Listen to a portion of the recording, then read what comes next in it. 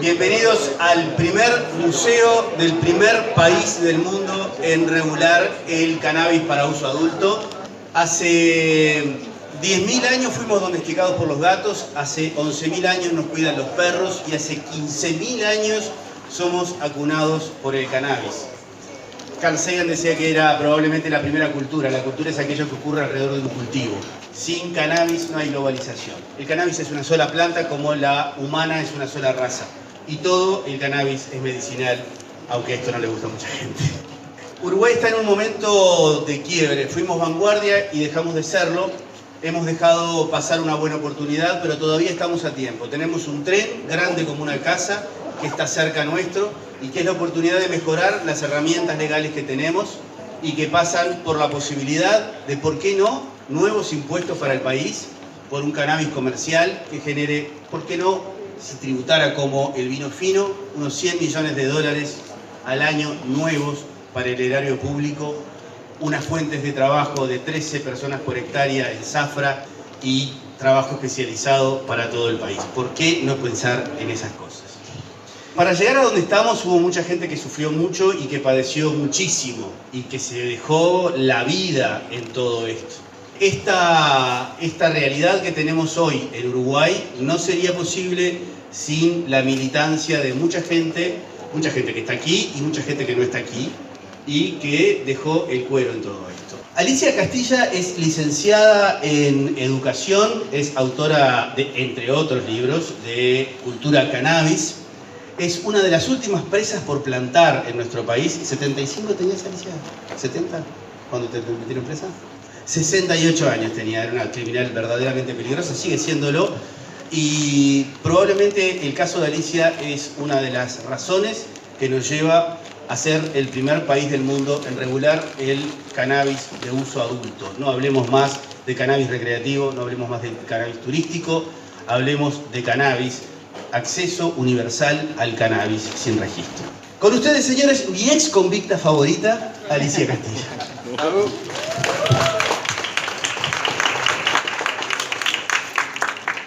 Bueno, buenas noches. Gracias a todos por venir. Gracias a Eduardo y a Juan por invitarme. Bueno, ¿qué puedo agregar? Mucho no puedo agregar a lo que dijo Juan. Quería referirme a que si bien la ley está en funcionamiento hace 8 años, hace 5 años, un día como hoy, se inauguraba este museo. Y aquí, en vez de estar nosotros hablando, estuvo Daniel Vidal. Había una gran expectativa por una parte de la sociedad uruguaya, muy positiva, y había una gran expectativa negativa.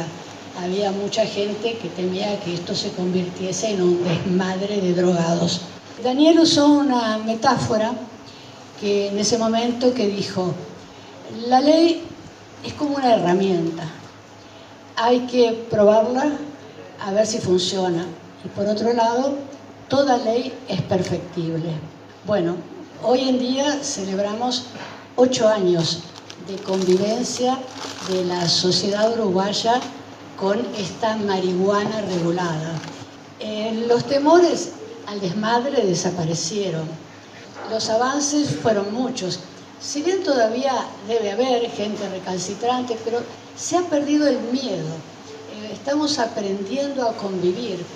Ese aprendizaje de la convivencia generó bastantes empleos, microemprendimientos, gente que encontró una forma de trabajar en lo que le da placer, pero todo muy limitado, ¿no? Así dentro de el famoso concepto de la regulación. Yo no me voy a manifestar en nombre de los usuarios, pero voy a hablar en mi nombre, en lo que yo como usuaria considero que estaríamos preparados, ya que una vez picamos en punta, y siendo los primeros, tanto que la ley uruguaya se está estudiando en Argentina y en Chile en este momento para adaptarla a las diferentes realidades que ellos tienen. Entonces, creo que la sociedad uruguaya está preparada para el próximo paso. ¿Cómo veo yo el próximo paso? Basándome en una frase que dijo un prócer argentino, pero que también se aplica al Uruguay, porque tanto Argentina como Uruguay tenemos una tradición de países agroexportadores. Entonces, en el siglo XVIII, Belgrano dijo: no exportemos cueros, exportemos zapatos. Entonces, hoy que tenemos grandes plantaciones de cáñamo que se exportan como se exporta el ganado, como siempre se han exportado las materias primas, yo me planteo que ya es el momento de producir zapatos en la comparación con la frase de Belgrano.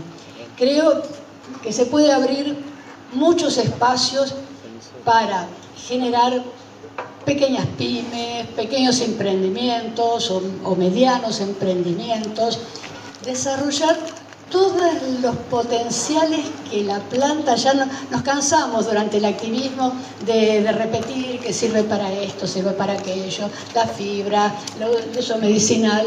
Concuerdo con Juan que para mí no hay uso recreativo, todo el uso de la marihuana es medicinal, porque la gente, cuando uno le pregunta ¿por qué fumas? Porque me siento bien.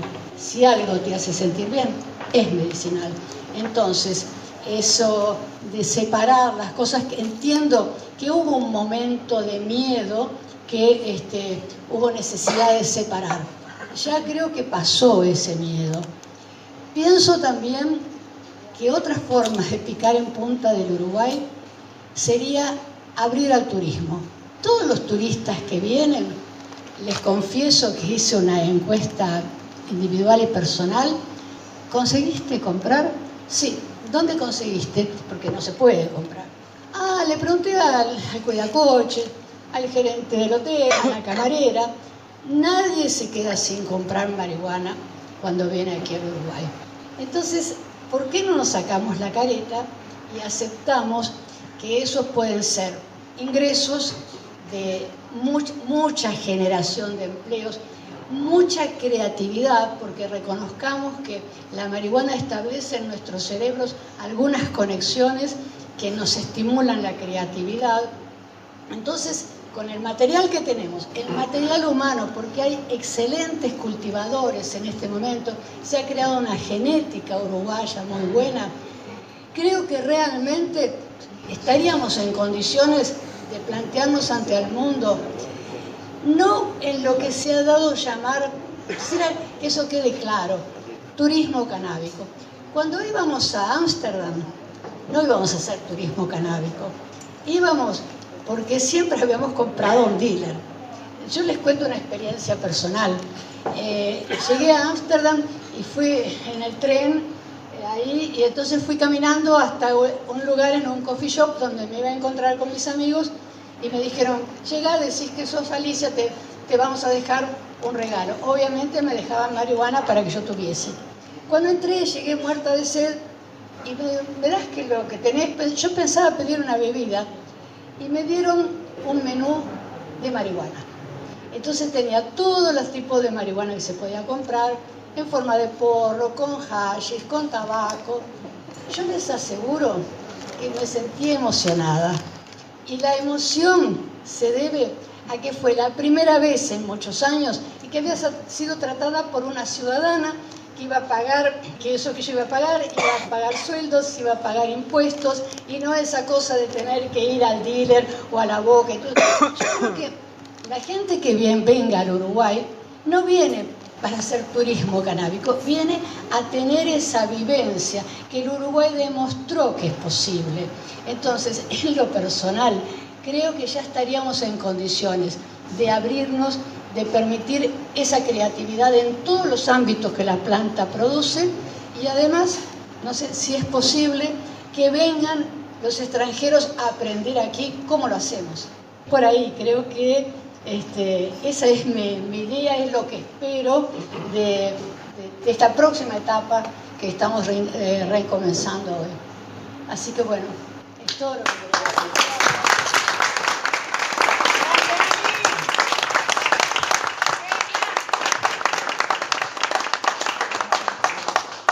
Bueno, muy buenas noches a todos. Muchísimas gracias por venir. La verdad es que es un placer y una emoción muy grande poder abrir nuevamente las puertas del museo a la ciudad, al mundo, luego de esta pandemia.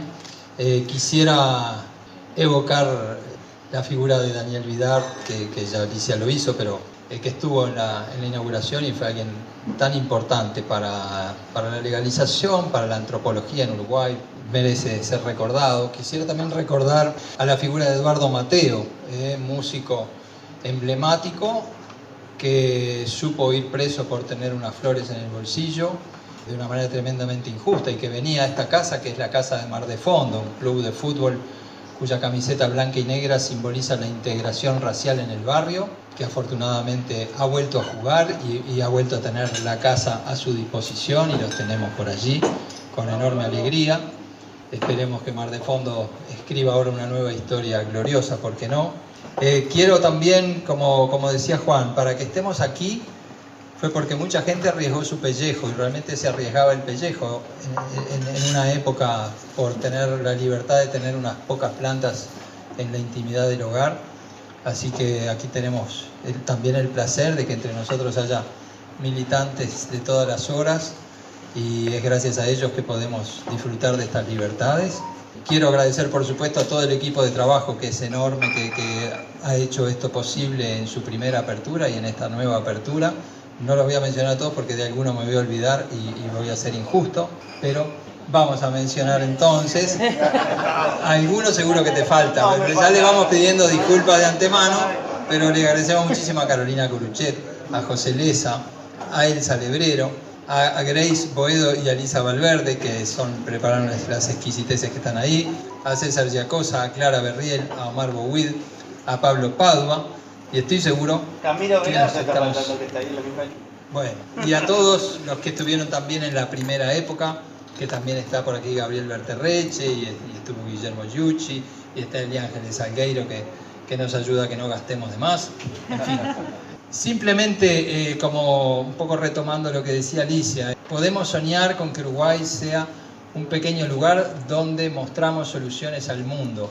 Y Uruguay mostró en su momento la trazabilidad de los alimentos como una solución a problemas sanitarios que pudieran ocurrir. Mostró al mundo que se le podía dar una computadora a cada niño con el Plan Ceibal. Y mostró que había algo mejor que el prohibicionismo, que era una regulación responsable.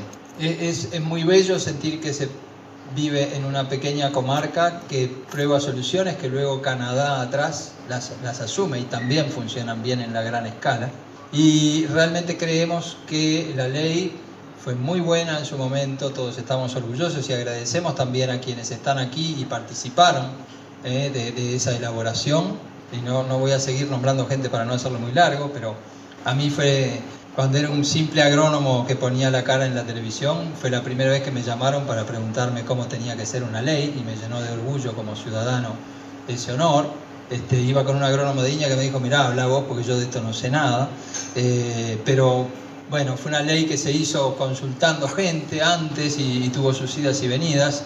Y me acuerdo de Augusto Vitale sacando apuntes en un cuaderno cuando todavía la laptop no era de uso. Entonces creo que podemos seguir haciendo historia. Hoy quisiéramos presentar un vino canábico de Uruguay que se exporta a los paladares más exigentes de Europa y no nos dejan.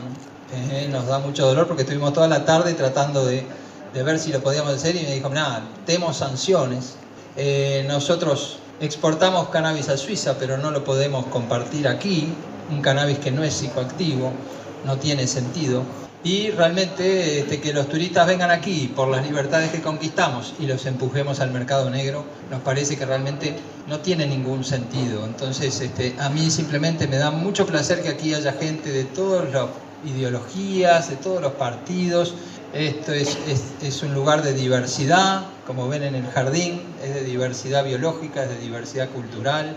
Y en esa diversidad tratar de encontrar los consensos que el sentido común marca y animarnos a ser más libres. Estamos celebrando 8 años de una libertad y no le dimos a Uruguay una sola mala noticia en torno al cannabis. Ustedes pueden revisar la prensa de arriba abajo, de derecha a izquierda, y no hay una sola mala noticia que hayamos dicho, bueno, se legalizó y pasó tal cosa que afectó la imagen del país. Entonces creo que, bueno, cuando estaba por venir aquí a hablar, me decía, bueno, pero habla del CBD, por favor, ¿no? El CBD es un cannabinoide que en todo el mundo se está usando cada vez más, y acá en Uruguay, puntos suspensivos. Entonces, si se quiere, con la humildad de quienes hace muchos años estamos en esto y con responsabilidad, queremos un poco más de libertad responsable. Yo me acuerdo cuando vino la democracia a Uruguay, yo me preguntaba si yo llegaría a estar vivo cuando se legalizara, porque realmente pensaba que eso iba a pasar como en el 2050 y yo iba a ser un viejo calandraca, pero que a ver si lo llegaba a vivir o no. Y creo que por muchas circunstancias, entre ellas por lo que le pasó a Alicia, eso llegó mucho más temprano de lo que yo imaginaba cuando era un adolescente hippie y rebelde. Entonces, animémonos a soñar de que dentro de no tanto tiempo podamos ver muchas más libertades que el sentido común nos parece que las marca con mucha claridad. Simplemente eso. Y bueno, el museo está de puertas abiertas, va a ser con entrada gratis, así que después que terminen de trabajar, vénganse de tardecita, que el atardecer acá realmente habrán visto que vale la pena. Muchísimas gracias y muchísimas gracias a Daniel. Quiero también destacar que siempre que hay un cambio de gobierno, uno dice, bueno, ¿y con el cannabis qué pasará? Y Daniel nos ha dado un nivel de garantías con esa calidez que tiene, con ese humanismo que tiene, con esa formación de médico que tiene. Y me olvidé de agradecer a las médicas que están acá también, que hacen un trabajo maravilloso desde la ciencia, Julia Galcerano y tantas más. Pero bueno, el hecho de que Daniel esté ahí también es algo que nos da tranquilidad por un lado y esperanza por otro de que se pueda seguir avanzando en este camino. Así que Daniel, muchísimas gracias y gracias a todos ustedes.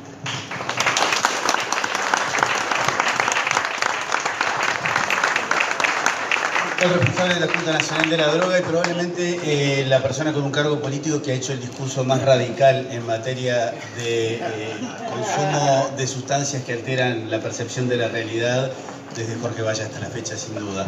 Daniel Radio. Decía Alicia que los turistas los empujamos porque en realidad ninguno se queda sin consumir, ¿no? Eso es así, ningún turista se queda sin consumir.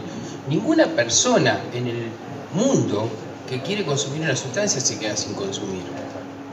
Pero eso tenemos que asumirlo alguna vez, o sea, mientras hay demanda hay oferta y la oferta se encuentra con la demanda, quieras o no quieras. Lo único que ganás, yo decía el otro día, obstaculizando ese encuentro es que los precios son mejores, que les cuidás el negocio a los narcos, pero después nadie que quiere consumirse se queda sin consumir, lo cual es muy desmoralizante como comunidad, porque es reconocer que le erramos, ¿no? Que toda la política vinculada al control de la oferta está equivocada. Todos los miles de millones de dólares que todos los días se gastan en tratar de impedir, de dificultar el acceso, no cumplen con su objetivo. Al final la gente se encuentra con la sustancia. Todas esas fuerzas y cuerpos de seguridad de los estados que están todos los días, para ellos mismos debe ser muy frustrante. Yo en las recorridas que he hecho por el país me he encontrado a policías veteranos que dicen, sí, no hay caso, no tiene sentido, los tipos no tienen techo, si todo esfuerzo que vos hagas ellos lo van a superar. Entonces, eso que decía recién Alicia para los turistas acerca del cannabis vale para cualquier sustancia y para cualquier ser humano del planeta. Siempre que alguien quiere consumir, se encuentra con la sustancia. Eso funciona así. Lo cual demuestra, no diría el fracaso, sino la quimera que representa lo que ya hemos dado a llamar el control de la oferta. Me toca hablar acá porque yo justo, la casualidad que soy el secretario general de drogas, actividad de la Secretaría de Drogas, el cannabis es una parte, yo te diría que no es la más grande, ni la que me insume más tiempo, ni nada de eso. En realidad es mucho más que eso. Y lo que hemos venido en esto haciendo, yo me he dado cuenta, yo llegué a la Secretaría de Drogas y no me daba cuenta muy bien cuál era el rol que tenía que tener como secretario de Drogas. Todos los días estoy diagnosticando eso, cuál es el rol fundamental que tiene que tener el secretario de Drogas. Es un aprendizaje personal que estoy haciendo, pero que forma parte de un aprendizaje institucional. que me parece que estamos haciendo en conjunto con los compañeros. Algunos no quieren, se niegan al aprendizaje, algunos se han bajado, tiran piedras ahora del otro lado, pero en realidad los compañeros que siguen están haciendo juntos con nosotros ese aprendizaje, y yo en eso quiero decir que Uruguay tiene en esto una política de Estado. Y eso me interesa recalcarlo porque yo lo que quiero hacer ahora en este momento es reconocer la gestión de quienes me precedieron en esta responsabilidad, con quienes yo además tengo una relación personal muy cercana en algunos casos, y además no me duelen prendas, porque yo era legislador de la oposición, ya está Diego que lo estoy viendo ahora, yo era legislador de la oposición y yo siempre les reconocí, primero la intencionalidad positiva y segundo en algunos casos la inteligencia y cómo se esforzaban. Entonces me parecía importante en este momento reconocer la labor de quienes me precedieron en esto, porque Uruguay está haciendo camino al andar. Es verdad que no es una política que genere unanimidades. Siempre hay quienes están enojados, de todos lados, ¿eh? Esto no es solamente porque hay unos sectores que son trogloditas y cosas, no, hay todos, de todos, siempre hay gente que está enojada. Mis pibes tienen una banda que tocan reggae, se llama Jamaica Roots, se llama la banda. Entonces vos podés hacer eso y te podés disfrazar de Bob Marley y te fumás un porro, ¿no? Pero yo quiero reconocer el museo porque a mí me parece que es otra historia, es otra cosa. No se precisa disfrazarse de Bob Marley. Podés escuchar a Peter Tosh, a UB40 y todas esas cosas, pero yo me parece que hay que rescatar una acumulación uruguaya en torno a este tema. Y a mí eso me parece muy valioso de lo que hace el museo y de lo que hacen Eduardo, Juan y todos los compañeros que le acompañan. Me parece que está muy bueno que nosotros hagamos una historia propia en torno al cannabis que no es copiar a los jamaiquinos, es otra cosa. Nosotros tenemos otra mirada sobre el tema. A ver, yo le decía recién, no sé si Alicia, yo hablo como los curas que hablan del matrimonio, yo no fumo cannabis, ¿no? Venía virgen hasta que me comí unos caramelos de CBD el otro día, pero en realidad lo que quiero decir es que yo les reconozco eso, que hay una acumulación de aprendizaje y hay una historia propia que nosotros estamos haciendo en Uruguay y de la cual yo creo que el museo tiene un rol muy importante. Para los que creían que yo iba a hacer anuncios así espectaculares y concesiones a estos discursos que hacen ellos, no voy a hacer ninguno. Muchas gracias por escuchar y buen morning.